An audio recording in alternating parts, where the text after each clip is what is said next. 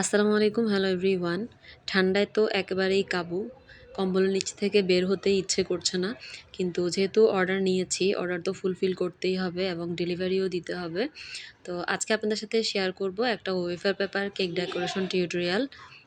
এটা একটা chocolate cake decoration. তো কেকটা একটু পুড়ে গিয়েছিল। আমি চুলায় কেক দিয়ে একদমই ভুলে গিয়েছিলাম, যার কারণে একটু পোড়া লেগে গিয়েছে। তো যেটুকু পোড়া লেগেছে এটুকুতে যদিও খুব বেশি একটা প্রবলেম হবে না। আমার দেখা যায় আমি সবসময় চেষ্টা করি যত পাউন্ডই কাস্টমার কেক অর্ডার দিক না কেন একটা ক্রিম বাড়তি দেয়ার। তো একটা বাড়তি ক্রিম দেয়াতে কিন্তু কখনো যদি পুড়ে যায় বা অন্য কোনো সমস্যা হয় বা কেক যদি একটু ডেবেও যায় তাহলে খুব বেশি একটা প্রবলেম হয় না। কেক দেখতেও ছোট লাগে না, আবার কেক ওয়েটেও কখনোই কম আসে না। এমনিতে নরমালি আমি চেষ্টা করি সবসময় যেন পারফেক্ট ওজনের কেক আমি কাস্টমারকে দিতে পারি। যদিও কখনো কম হয়ে যায় তাহলে আল্লাহ যেন আমাকে ক্ষমা করেন। তো আমি এখন কেকটাকে চুলা থেকে নামানোর পর ঠান্ডা করে নিয়েছি এবং এটাকে 4টা লেয়ারে স্লাইস করে নিয়েছি। আপনারা আপনাদের পছন্দ মতো কেক স্লাইস করে নিতে পারেন। আজকের কেকটা যেহেতু 1.5 পাউন্ডের ছিল, আমি 2 পাউন্ডের বেস নিয়েছি। তো আমি এখানে পরিমাণ মতো সুগার সিরাপ নিয়ে নিচ্ছি। সুগার সিরাপটা চেষ্টা করবেন পরিমাণ মতো দিতে। কারণ অতিরিক্ত সুগার সিরাপ হলে কিন্তু কেকটা খেতে একদমই ভালো লাগবে না। আবার কেক থেকে পানিও ছেড়ে দিতে পারে। আমি এখন প্রত্যেকটা লেয়ারে চকলেট হুইপ ক্রিম লাগিয়ে নিচ্ছি। আমার চ্যানেলে অলরেডি চকলেট হুইপ ক্রিমের রেসিপি দেয়া আছে। তারপরেও আমি আরও একবার কিভাবে চকলেট হুইপ ক্রিম রেডি করি সেটা আপনাদেরকে বলে দিচ্ছি। আমি সবসময় নর্মাল যে হুইপড ক্রিম হয় সেটা বিট করে নেওয়ার পর চকলেট গানাশ এবং খুব সামান্য চকলেট ইমালশন দিয়েই আমি আমার চকলেট হুইপ ক্রিমটা রেডি করে নিই। এরপর আমি এখানে চকলেট গানাশ ব্যবহার করি।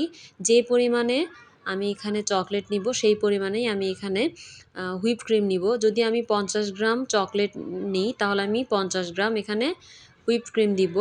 যদি ডার্ক চকলেট নেন তাহলে সেই ক্ষেত্রে আমি এখানে 1 চা চামচ চিনি ব্যবহার করি। আর আপনারা যদি না চান চিনি ব্যবহার করতে তাহলে না করলেও চলবে। যদি মিল্ক চকলেট নেন সেই ক্ষেত্রেও চিনি ব্যবহার না করলেও চলবে। আর এটার সাথে আমি এখানে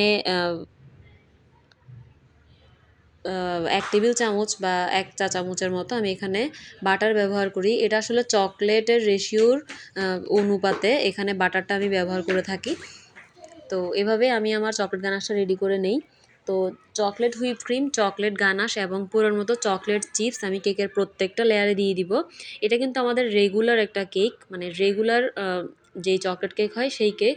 আমাদের রেগুলার বেসিসের কেকগুলোতেই আমরা চকলেট গানাশ এবং চকলেট চিপস এই পরিমাণেই দিয়ে থাকি। আর কেউ যদি চকলেট ওভারলোডেড কেক অর্ডার করে থাকে সেই ক্ষেত্রে দেখা যায় এর ডাবল পরিমাণে আমরা চকলেট চিপস এবং চকলেট গানাশ দিয়ে থাকি। আলহামদুলিল্লাহ আমাদের এই চকলেট কেকের রিভিউ কিন্তু অনেক বেশি ভালো। আপনারা চাইলে আমাদের পেজের মেনশন সেকশন এবং রিভিউ সেকশনটা একটু চেক করে নেবেন, তাহলেই দেখতে পারবেন। আলহামদুলিল্লাহ আমাদের chocolate cake, butterscotch cake, vanilla cake এই কেকগুলোর রিভিউ অনেক বেশি ভালো।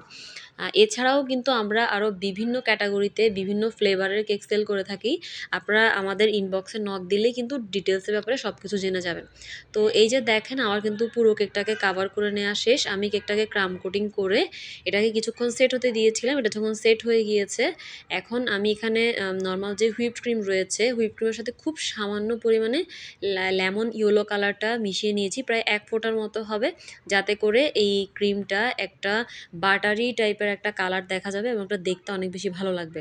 তো একটা প্যালেট নাইফের সাহায্যে আমি ক্রিমটাকে কেকের চারো সাইডে এবং উপরিভাগে লাগিয়ে নিচ্ছি। খুবই আলতো হাতে লাগাবেন, খুব বেশি চাপাচাপি করা যাবে না, তাহলে কিন্তু ভেতর থেকে চকলেট ক্রিমটা উপরে উঠে আসবে। তাহলে আপনার ফিনিশিং দিতে খুব বেশি একটা বেগ পেতে হবে। তো আরেকটা ট্রিক্স আমি আপনাদের সাথে শেয়ার করি, সেটা হচ্ছে যে কখনো যদি ক্রিমে ফিনিশিং আসতে না চায় তো সেই ক্ষেত্রে একটু করে পানি ছিটিয়ে দিবেন কেকের উপরে।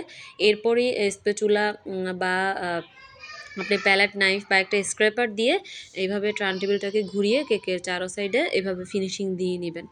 তো এই তো আমি মোটামুটি ফিনিশিং দিয়ে নেওয়া শেষ। এখন আমি একটা ব্রেড নাইফের সাহায্যে উপর থেকে এভাবে সোয়াচ করে কেকের উপরের সাইডেও ফিনিশিং দিয়ে নিব। আমি আসলে সবসময় ব্রেড নাইফ দিয়ে কেকের উপরের সাইডে ফিনিশিং দিয়ে নেই, তাহলে দেখা যায় খুব দ্রুত কেকের উপরে ফিনিশিং চলে আসে। তো এই তো আমি কেকের উপরের সাইডেও ফিনিশিং দিয়ে নিয়েছি। তো এখন একটা দুঃখের কথা শেয়ার করি, সেটা হচ্ছে যে আজকের কেকটা যেহেতু আমি ওয়েফার পেপার দিয়ে করব, আমার কাছে বাসায় কিছু ওয়েফার শিট ছিল প্রায় 3 পিসের মতো। এই 3 পিস আমার কাছে 300 টাকা নিয়েছে। আমার মেয়ে কখন যেন আমার এই ওয়েফার পেপারগুলো সবগুলো নষ্ট করে ফেলেছে এবং ক্র্যাক চলে এসেছে পুরো ওয়েফার পেপারে। তারপরও আমি এগুলোকে সাইজ মতো কেটে নিয়েছি, যতটুকু সম্ভব ইউজ করা যায়। দেখা গিয়েছে অর্ধেকগুলোই আমাকে ফেলে দিতে হয়েছে। এগুলো আমি আর কোনো কাজ করতে পারবো না। একদমই ছোট গুঁড়ো, গুঁড়ো হয়ে গিয়েছে। তারপরও যতটুকু হয়েছে আলহামদুলিল্লাহ এতটুকুই আমি আমার এই কেকটা ডেলিভারি দিয়ে দিতে পেরেছি। তো একে আমি কেকের সাইজ অনুযায়ী কিন্তু আমি এই ওয়েফার পেপারগুলোকে কেটে নিয়েছি। এখানে পাতলা শিট এবং মোটা শিট দুটোই ছিল। যেহেতু নষ্ট হয়ে গিয়েছে, তো এখান থেকে যতটুকু ভালো ছিল ততটুকুই ব্যবহার করেছি। যার ফলে এখানে মোটা এবং পাতলা শিট দুটোই মিক্স রয়েছে। তো আমি এই তো এখানে অফ ক্যামেরায় সবগুলো ওয়েফার পেপার বসিয়ে নিয়েছি। এটা কিন্তু এডিবল। এই কেকটা ডেলিভারি করতে গিয়ে আমি অনেক বেশি প্রবলেমে পড়ে গিয়েছিলাম। কারণ যখন এই কেকটা আমি ডেলিভারি করব, তখন আসলে আমার কাছে পিঙ্ক কালারের জিপসি ছিল না। আমার কাছে যা অ্যাভেলেবেল ছিল তা দিয়েই কিন্তু আমি কেকটা ডেলিভারি দিয়েছিলাম। যদিও ভাইয়া একদিন আগে অর্ডারটা কনফার্ম করেছিল, তারপরেও আমি আনফরচুনেটলি ফ্লাওয়ারটা ম্যানেজ করতে পারিনি। পিঙ্ক কালারেরই ছিল না, যার কারণে পিঙ্ক কালার নিতে পারি, রেড কালার ছিল। তো আমার বাসায় কিছু ফ্লাওয়ার অ্যাভেলেবেল ছিল, যে ফ্লাওয়ারগুলোকে আমি পিঙ্ক কালার পানিতে ভিজিয়ে দেন এটাকে আমি একটু শুকিয়ে নিয়েছি। তারপরেই আমি এই ফ্লাওয়ারগুলোকে কেকের উপর বসিয়ে দিয়েছিলাম। এরপর আমি এখানে আমাদের দেশীয় যে জিপসি পাওয়া যায় হোয়াইট কালার, সেই জিপসিগুলোও কিন্তু এখানে বসিয়ে দিয়েছি। তো এভাবেই কিন্তু আমি আমার কেকটাকে ডেলিভারি করে ফেলেছিলাম। তো যাতে হ্যাপি বার্থডে লেখাটা সুন্দর হয় সেজন্য আমি এখানে ছাপ ব্যবহার করেছি, আপনারা দেখতে পেয়েছেন।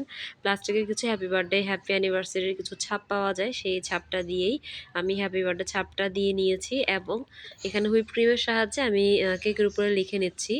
যদিও কেকের উপরে আমি বরাবরের মতোই খুব বেশি ভালো লিখতে পারি না, তারপরেও চেষ্টা করি বেস্ট ট্রাই করার।